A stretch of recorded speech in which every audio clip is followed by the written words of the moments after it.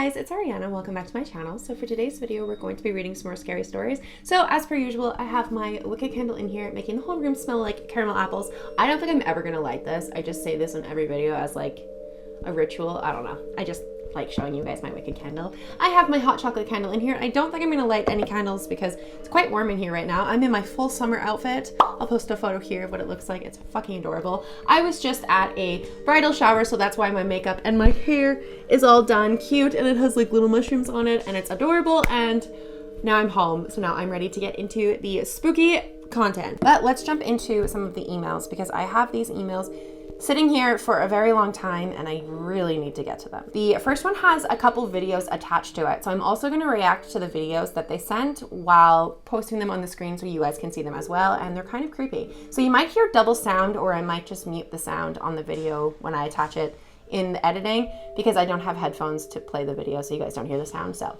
it is what it is. But let's jump into it. So this is an email. It says, freaky paranormal activity in my house, 2 videos included.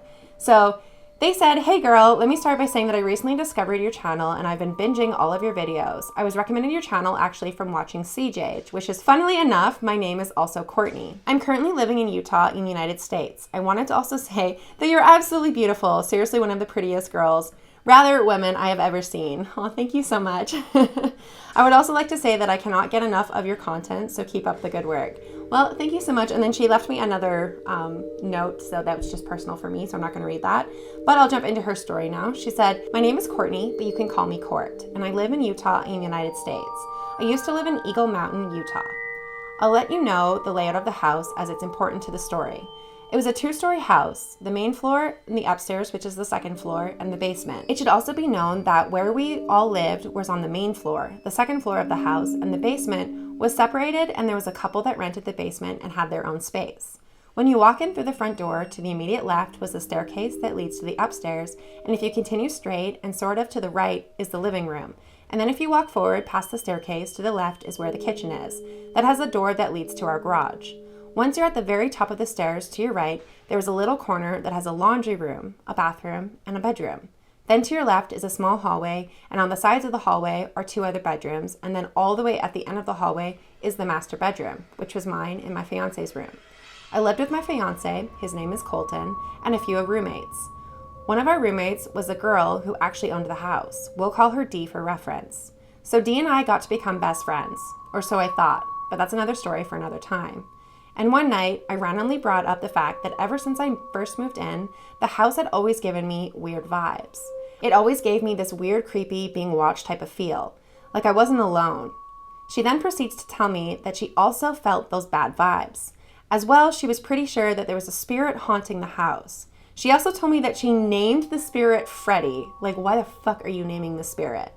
She told me that once she was standing in the kitchen as one of our roommates was standing in the doorway of the garage, the door was open, and was talking to Dee. She proceeded to turn around to face our roommate and saw an extremely tall, at least 7 feet tall, shadow figure behind our roommate. And once she noticed it, it immediately ducked down out of sight. There was another instance when both Dee and I were in the kitchen. We were the only ones home, and in the living room, there was 2 spots on the wall where you could set the remotes that controlled the ceiling fans and the lights. And we heard something shatter against the wall in the living room, which again is right around the corner from the kitchen. When we went to look, both of the remotes that we had placed on those spots on the wall were both laying on the ground, shattered with the backs of the batteries rolling all over the place. And there was absolutely no way any of our pets, we had 3 cats and 4 small dogs, could have reached them to accidentally knock them down, as the spots for those little remotes was about the height of light switches. So very obviously up further on the wall, too high for anything to be able to reach. There was another instance when my fiance and I were standing in the laundry room, which again is at the top of the stairs. So if you're facing out of the laundry room, you can see directly down the staircase. And my fiance suddenly tells me he just got the weirdest vibe that there was something downstairs. Again, we were both the only 2 home at the time, and he immediately grabbed his phone and started recording. What we saw when we watched it back was shocking, and we were both extremely creeped out for the rest of the night.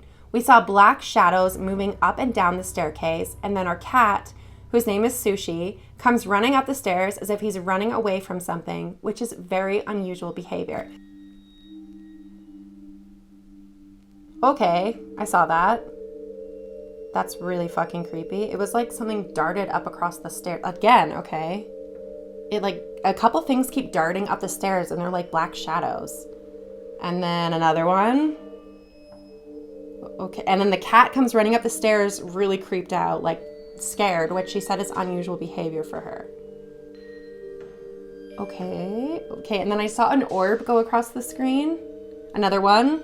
You have a lot of activity in your house, holy crap. And then there's a shadow on the wall on the right side, and then one just went down the stairs. Holy crap, that is a lot of shadows. There's that one orb, or one shadow in the corner there that I'm seeing, and a bunch of orbs coming across the screen constantly. We are only a minute in. There's another minute to this video. Okay, this is really creepy. I'm seeing so many orbs. And then I'm seeing your shadows, so I can clearly tell the difference between your shadows and the shadows that are like darting up the stairs. Or I guess that's the cat shadow. And the cat is like chasing something. Okay, at the bottom of the stairs, there's like a black mass. What is that shadow of? Ooh, that's really fucking creepy. I hate that so much. Oh my God. There's a lot of orbs in this video though. And there's just like a whole shadow like on the left hand side. Okay, they turned off the lights. That's even more creepy. And then that shadow on the floor moved. Okay, I hate that. Okay, so that's the first video. That's really fucking creepy. I don't like that at all. Okay, so no thanks. So all of our roommates were aware of Freddy and the strange things going on in our house. Well, at one point, we've all had experiences, and one of our roommates, let's call him Jay, decided to set up a camera in our living room facing the kitchen, and what we saw scared us. We saw a black shadow figure moving around in the back left-hand corner, and my cat is over there too, snooping around. But you can clearly tell the difference between my cat and the shadow figure moving around back by the fridge and towards the garage door. It was terrifying. Once I saw that video, I immediately got goosebumps and the hair on the back of my neck stood up. If any one of my roommates was somewhat doubtful before, they were now convinced.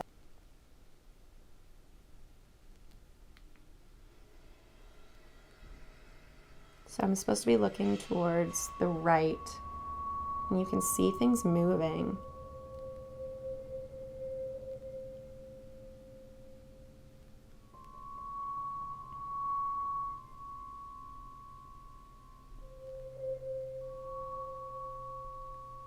Okay, so I can see the cat moving.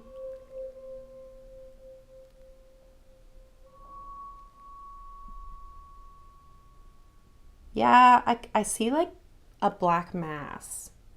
It's like moving around and the cat is like very curious of what's going on. But this is also like a surveillance camera and it's really, really grainy, at least on my phone. So I'm not fully seeing the black mass move around. I'm kind of seeing it, but it's really, really grainy. So I'm having a hard time like actually pinpointing it. But I do see something and your cat is definitely curious too. So that's definitely interesting. It's very strange. So the fact that you're catching like shadow people on like actual footage is really creepy. I've never ever seen anything on camera that I've actually like took myself and been able to actually prove that there's something in my house. That's so fucking creepy. So thank you for sending me those videos. Those videos are really creepy. The first one scared me a little bit more than that one, but I think it's the way that the camera footage is on my phone. I'm having a hard time seeing it. I can see something move a little bit, but I don't think I'm seeing it quite as crazy as you were. One of the last experiences that my fiance and I experienced was that we were sitting in our room. It was around 5:30 in the morning, and we had these light strips plugged in around our room. And we had just bought them maybe a few weeks before this happened. And all the time we had them, they never accidentally turned off or glitched out or anything. They always worked perfectly fine. And the way that you had to have to turn them on and off at the beginning of the strip was a circular knob that you turned all the way to the right and it clicked to turn off and all the way to the left to click to turn on. We were just sitting there talking when all of a sudden we got a chill down our spines and I got goosebumps like crazy. And I started telling my fiance this, and right then the lights from the strip suddenly turned off. From where we were sitting, we could see the knob and also see the lights that were plugged in. But the second that I finished my sentence, they suddenly went out.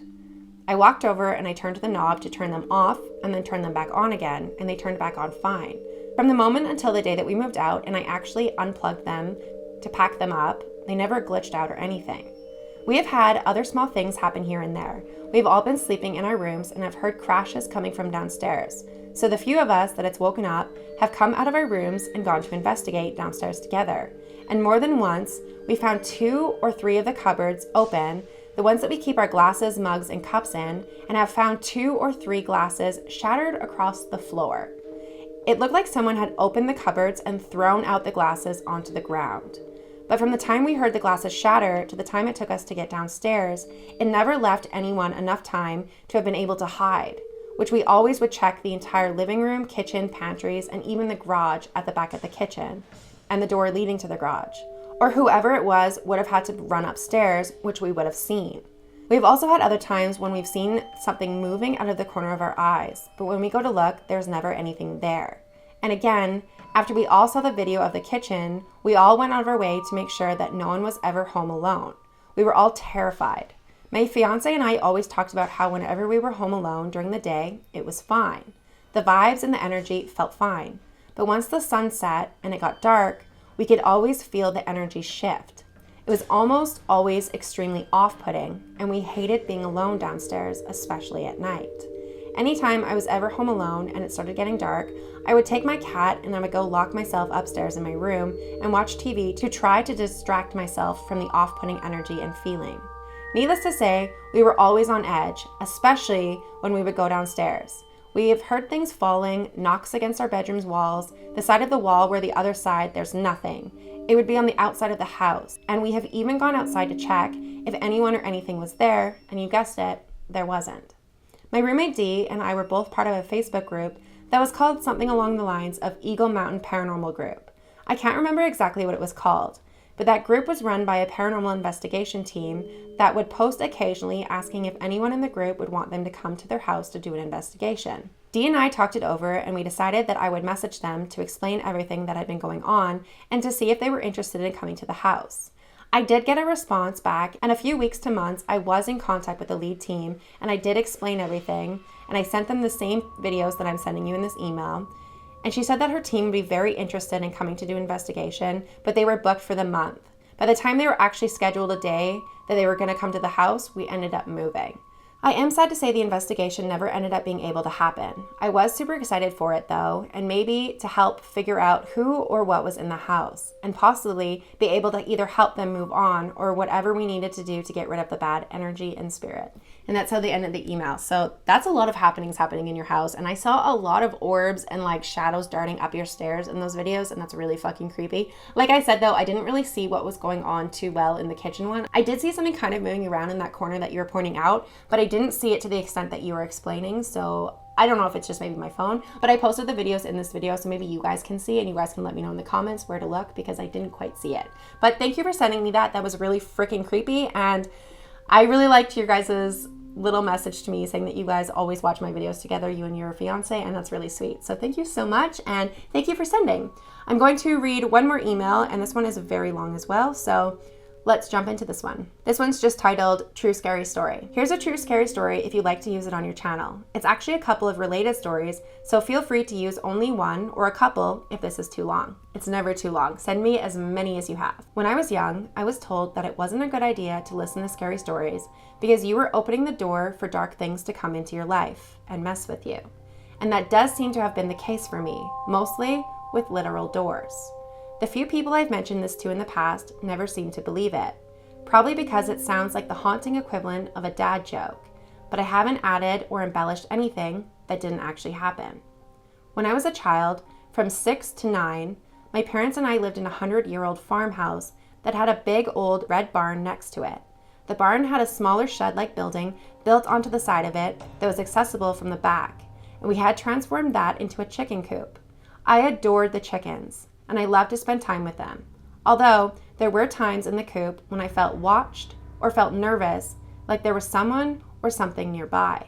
The latch on the coop door was huge, old, rusty, and hard for my small hands to latch or unlatch.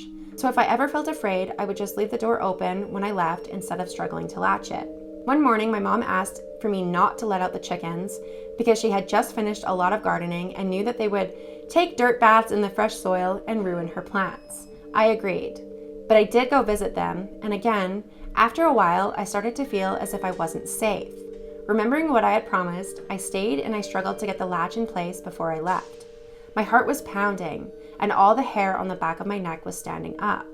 The reason I didn't like being back there was that there was an open entrance to a different wing of the old barn that also opened up behind it. And even though there were tons of windows, it was always pitch black inside and super creepy. So as I was struggling with the latch, there was this huge gaping maw directly to my left that I couldn't see anything inside. I finally got the latch in place and raced around the building towards my house. I had just rounded the corner and thought I was safe when I heard a sudden whooshing sound and what sounded like inhumanely fast footsteps rushing up behind me. All I could think about was that was something that had chased me out of the black abyss, and it did not sound human, and I started screaming hysterically while I ran. I got in trouble when I reached the house because all of the chickens were now outside and my mom thought I had let them out. Yes, the inhumanely fast footsteps weren't the sound of one pursuer. It was the collective footsteps of dozens of chickens that thought I was leading them to freedom. Only I hadn't left the coop door open. I'd worked very hard to make sure it was closed and latched, and that huge old latch was too heavy and rusted to slip down on its own. So who or what opened it? When I was 14, my mom and I wound up living in an old house in the middle of town. There were many times when I was home alone during the day before she got off work, but it didn't bother me because I liked being alone, and I had our dog to keep me company and help me feel safe. Everything seemed fine, except there was this one sliding door that separated the laundry room from the kitchen. Anytime it was closed and I wasn't watching it, I could hear something thudding against the other side. If I walked to the kitchen to go look at it, the sound would immediately stop and wouldn't start again until I was out of sight. I could sit in the dining room with a very clear view of it for hours, reading or drawing, and it would be dead quiet. Then I'd get up to go to the bathroom or something, and I'd hear the thudding as soon as I was out of sight. There was nothing in the laundry room that touched the door. It didn't matter if the AC was on or off. It didn't happen at any specific time of day, or if I was standing or walking or sitting or at the computer at the other side of the house. And it never happened at all when my mom was home. We would be home together all weekend and the door would be completely quiet. But under exactly the same conditions the next day, minus her presence, I would hear it all day long. We never asked the landlord for any details about the house's history, and I'm glad for that. My mom and I moved several times over the years, eventually pooling our money so that we could rent a pretty nice condo near a lake. Sometimes at night, when my mom and I were both upstairs, I would hear a thudding sound again on the folding doors that led to the laundry in that condo, the same as I used to hear in high school in our old house. The difference was that this time, it happened when my mom was around, and she told me, pretty shockingly at the time, that she heard it too. Every time we'd go downstairs, it would stop. We wound up leaving those folding doors open all the time, just so we wouldn't have to listen to it, which was enough to solve the problem until we finally moved again. One other thing that happened in that condo before we moved that was really disturbing was my bedroom was on the second floor, and the room below it had a sliding door leading out to the deck. As I was getting ready for my morning, I heard the sliding door slide all the way open, then shut again. I wasn't really concerned because the deck was elevated and projected over the lake, so there wasn't really any way for someone to get onto it from the outside. But then I heard the sliding door open again, a little faster, and slam shut, then slam open and shut, open, shut, open, shut, as fast as it could slide on the track. I could feel the vibrations of each slam through the floor. Totally confused, I locked my bedroom door and I texted my mom to ask what she was doing. She texted back saying she was picking up stuff from the store and she wasn't even home. I tried to peer out my window to see if I could see someone on the deck, but I couldn't see anything. The sound continued nonstop for another 5 minutes or so until I heard the lock on the front door turn. My mom was home, and just like that, the sound stopped. I didn't see anyone leave the deck. I stood and I watched until I heard it open one more time, and my mom walked out to take a look around. She didn't see or hear anything.